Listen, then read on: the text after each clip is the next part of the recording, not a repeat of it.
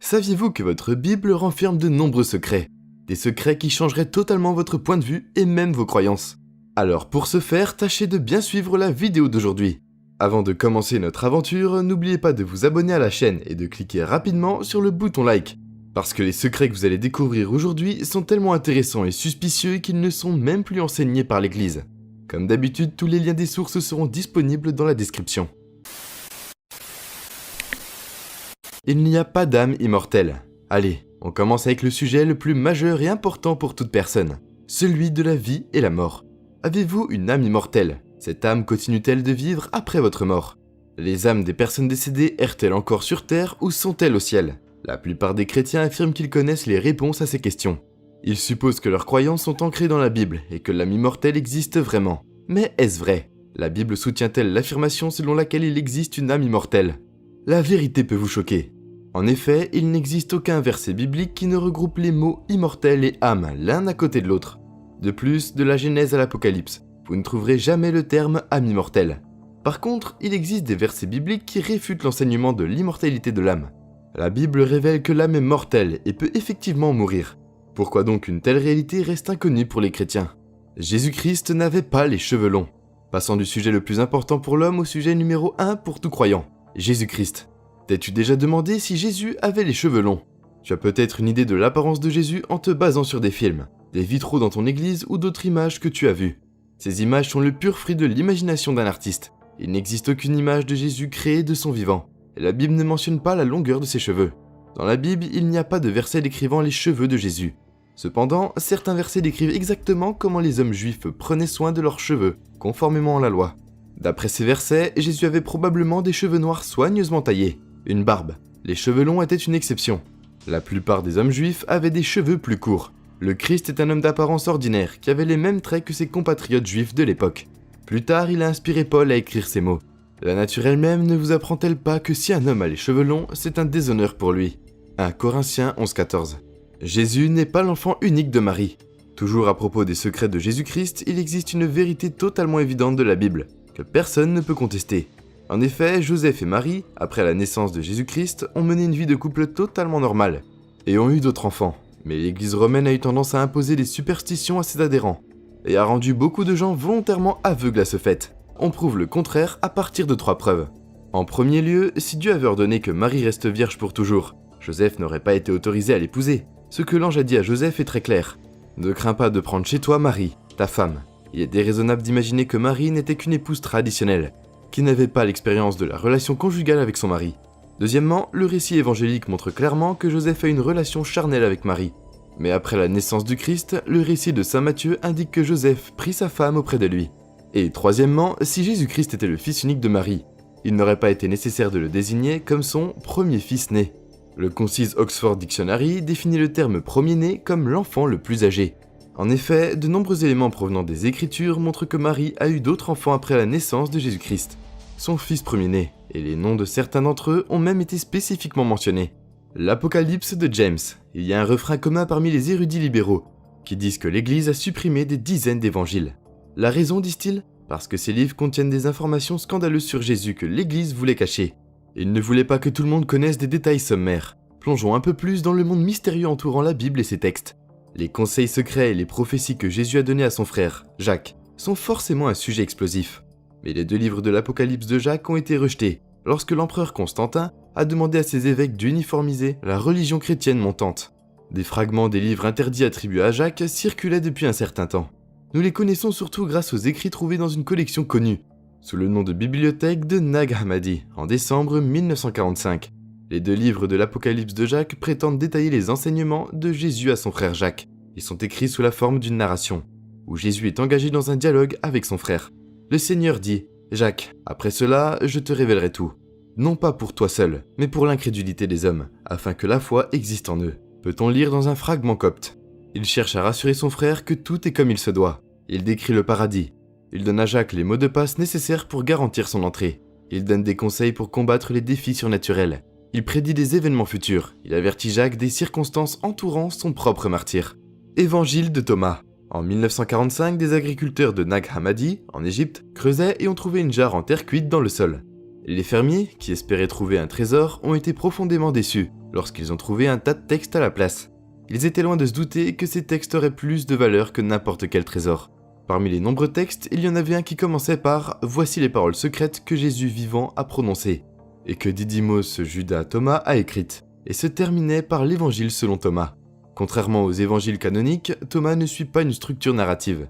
Il ne rapporte pas les grandes parties de la vie de Jésus, sa naissance, sa mort et sa résurrection. Thomas contient plutôt 114 paroles ésotériques de Jésus, censées rapporter les secrets que Jésus a enseignés à ses disciples. Par qualité divine, l'Église recherchait des livres qui donnaient la preuve des empreintes de Dieu. L'une de ces preuves était la cohérence avec d'autres livres faisant autorité. Comme les chrétiens croient que le Saint-Esprit a inspiré tous les textes bibliques, ils savaient qu'aucun d'entre eux ne se contredirait. Par réception collective, l'Église ne recevait que les livres que l'Église universelle recevait également, comme faisant autorité. En d'autres termes, si une seule poche du christianisme affirmait l'autorité d'un livre, ce livre était rejeté. La réception devait s'étendre à toute la chrétienté, même si Thomas est indépendant du diatessaron. Sa datation du milieu du IIe siècle l'aurait exclu de la considération canonique. Prenons par exemple Berger d'Hermas, un ouvrage du milieu du IIe siècle. L'Église primitive adorait ce livre, mais comme l'indique le fragment muratorien, l'Église a rejeté son autorité canonique parce qu'il a été écrit assez récemment à notre époque, et donc non soutenu par l'autorité apostolique. Premier livre d'Hénoch. Hénoch, le 7e patriarche du livre de la Genèse, a fait l'objet d'une abondante littérature apocryphe, surtout pendant la période hellénistique du judaïsme, du 3e siècle avant Jésus-Christ au 3e siècle après Jésus-Christ. D'abord vénéré uniquement pour sa piété, il a ensuite été considéré comme le détenteur d'un savoir secret de Dieu. Ce portrait d'Hénoch en visionnaire a été influencé par la tradition babylonienne du 7e roi antédiluvien, Enmendurana, qui était lié au dieu soleil et recevait des révélations divines. L'histoire d'Hénoch reflète de nombreuses caractéristiques du mythe babylonien. Comme l'auteur de la Genèse n'évoque pas la mort d'Hénoch, il dit qu'il a marché avec Dieu. Les générations suivantes ont pensé qu'il avait vu tous les mystères de l'univers. À partir du 3e siècle avant Jésus-Christ, des auteurs l'ont utilisé comme porte-parole, attribuant à sa révélation toutes sortes de connaissances secrètes. 5 de ces textes ont été réunis à un moment inconnu, et sont aujourd'hui connus sous le nom de premier livre d'Hénoch. On l'appelle aussi le livre d'Hénoch éthiopien, car le livre est mieux connu grâce à une quarantaine de manuscrits provenant d'Éthiopie.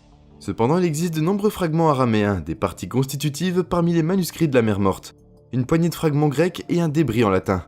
Le titre premier livre d'Hénoch suggère qu'il existe aussi un second livre. Il s'agit d'un texte sur la vie d'Hénoch et de ses descendants. Il ne nous est connu que dans une traduction slave. Le 3e livre d'Hénoch a été écrit au 5e, 6e siècle, et décrit comment le rabbin Ismaël, du 2e siècle, a voyagé dans le ciel et a vu le trône et le char de Dieu. Cette œuvre a influencé le Zohar, le livre sacré de la Kabbale. Le livre d'Hénoch a d'abord été accepté par l'Église chrétienne, puis exclu du canon biblique. Cela est dû à la fascination de groupes chrétiens marginaux et hérétiques, tels que les manichéens, pour son mélange syncrétique d'éléments iraniens, grecs, chaldéens et égyptiens. Le 4e livre des Maccabées. Le 4e livre des Maccabées apparaît dans un appendice de la Septante grecque. Il est considéré comme apocryphe par la plupart des traditions ecclésiastiques. Il est conservé ici pour sa valeur historique supplémentaire. Les écrits apocryphes contiennent des livres qui existaient à l'époque, présumés de Jamnia, mais qui, pour une raison quelconque, n'ont pas été inclus dans le canon biblique. Ce livre résonne dans les sombres horreurs de la tyrannie antique. Il s'agit d'un chapitre basé sur la persécution par Antiochus, le tyran de Syrie, que certains appelaient Épiphane, le fou. L'histoire romaine des premiers siècles fait état de 2 tyrans de ce genre, l'autre étant Caligula, le second fou brillant. La forme de cet écrit est celle d'une oraison. Les montées et les descentes du discours sont soigneusement chronométrées. Les arguments sont si dévastateurs. La logique est si inébranlable. Les poussées sont si profondes. Le raisonnement est si froid qu'il prend sa place comme un échantillon de l'éloquence la plus pure. Bien que les divers écrits non canoniques ont été refusés dans le canon juif, ils contiennent néanmoins beaucoup de valeur et méritent d'être étudiés. Même si les rabbins ne les considéraient pas comme divinement inspirés, ou aussi saints que la Bible, la majorité de ces écrits figurent dans une catégorie de documents connus sous le nom d'apocryphes. Il existe plusieurs théories pour expliquer l'exclusion des livres apocryphes. L'une d'entre elles est que seuls les livres écrits à l'origine en hébreu ont été pris en compte pour être inclus dans le canon. Or, le livre de Daniel, bien qu'inclus dans le canon, est en grande partie écrit en araméen. Plus problématique encore, les érudits pensent que le premier livre des Maccabées a effectivement été écrit à l'origine en hébreu, remplissant ainsi le critère linguistique d'inclusion. Et pourtant, il est absent du canon biblique. Le 1er janvier n'est pas le premier jour de l'année. Retournons à nos secrets non liés au livre banni, avec une information qui vous choquera sûrement. Quand on pense au nouvel an, notre conscience commence automatiquement à imaginer une soirée entre amis, le soir du 31 décembre. Si on vous dit que le 1er janvier n'est pas le début de la véritable année biblique, La plupart ont été tristement induits en erreur en croyant que c'est le cas, car ils n'ont jamais examiné les faits bibliques. Dans la Bible, Dieu nous révèle quand commence réellement la nouvelle année, alors que son peuple Israël était encore captif en Égypte. Dieu, en tant que créateur de toutes choses, y compris le temps, a révélé par l'intermédiaire de Moïse quand le premier mois de l'année devait être compté. C'était pendant ce même mois que Dieu parlait alors à Moïse. Plus tard, Dieu a donné le nom de ce premier mois. Il a été appelé Abib. C'est également au cours de ce même mois qu'Israël est sorti d'Égypte, grâce aux nombreux et puissants miracles de Dieu. Pour cette année civile romaine, le premier jour du calendrier biblique, ou sacré, sera le 28 mars 2017. La première nouvelle lune après l'équinoxe de printemps dans l'hémisphère nord. Le saviez-vous ? Dites-nous en commentaire à quel point ce secret vous a choqué. Le 25 décembre n'est pas la date de naissance de Jésus-Christ. Toujours en termes des décalages temporels, Noël est le 25 décembre, mais il ne l'a pas toujours été. Le 25 décembre n'est pas la date mentionnée dans la Bible comme étant le jour de la naissance de Jésus. La Bible est en fait muette sur le jour ou la période de l'année où Marie aurait donné naissance à Jésus à Bethléem. Les premiers chrétiens n'ont pas célébré sa naissance. Par conséquent, il existe un certain nombre de récits différents sur la façon dont le 25 décembre est devenu l'anniversaire de Jésus. Selon la plupart des témoignages, la naissance a d'abord été considérée vers 200 après Jésus-Christ, comme ayant eu lieu le 6 janvier. Pourquoi ? Personne ne le sait.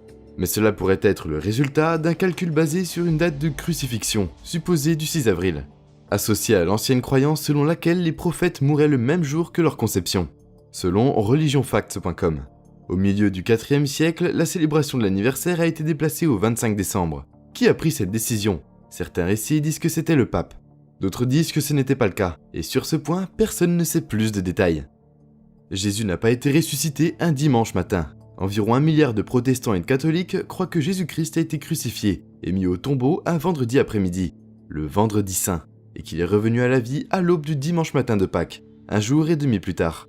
Mais, répondront beaucoup, la Bible ne dit-elle pas que Jésus a été crucifié et enterré le vendredi, et que le tombeau était vide le dimanche matin ? Il est vrai que le tombeau était vide le dimanche matin, mais la Bible ne parle nulle part d'une crucifixion le vendredi. Elle dit bien qu'il a été crucifié le jour de la préparation. Et nous devons reconnaître de quel jour de préparation il s'agissait.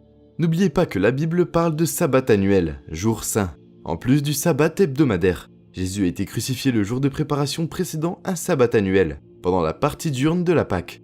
Le 14 Abib du calendrier hébraïque. Le jour suivant, le 15 Abib, est un jour saint annuel, le premier jour de la fête des pains sans levain. Dieu ne brûlera pas les pécheurs en enfer pour toujours. La raison principale pour laquelle nous devons être prudents dans notre façon de parler de l'enfer est que cela définit le caractère de Dieu, dans l'esprit des autres personnes. Brûler à jamais, sans pouvoir mourir, est la pire forme de torture imaginable. Les versets de la Bible montrent que pour les personnes qui rejettent le pardon et l'offre du salut de Dieu, pour une vie de péché non pardonné, existe un véritable enfer. Mais les gens n'y sont pas torturés à jamais comme le croit tout le monde. Ceci est confirmé dans certains des versets les plus connus de la Bible.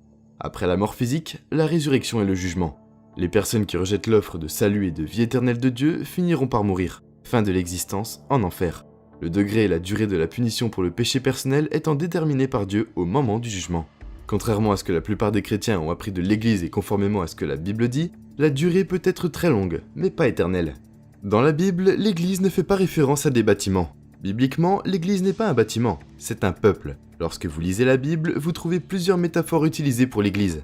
Ce que toutes les métaphores bibliques ont en commun, c'est qu'il ne s'agit pas d'un endroit où vous allez, mais plutôt d'un esprit de peuple.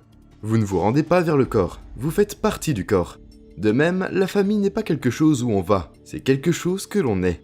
Dans la Bible, il n'y a pas de plaidoyer pour que les gens aillent à l'église. Le plaidoyer est pour que les non-croyants deviennent l'église. Au 1er siècle, si vous étiez croyant, vous faisiez directement partie de l'église. Si vous ne faisiez pas partie de l'église, personne ne vous appelait croyant. De plus, faire partie de l'église signifiait que vous étiez profondément impliqué et engagé dans la vie et le bien-être du peuple chrétien. Nous sommes arrivés à la fin de notre vidéo. Ceci n'est que peu du monde vaste des secrets qui entourent la Bible et l'église catholique. Dites-nous en commentaire ce qui vous a choqué le plus et laissez-nous un petit like pour nous encourager. À bientôt.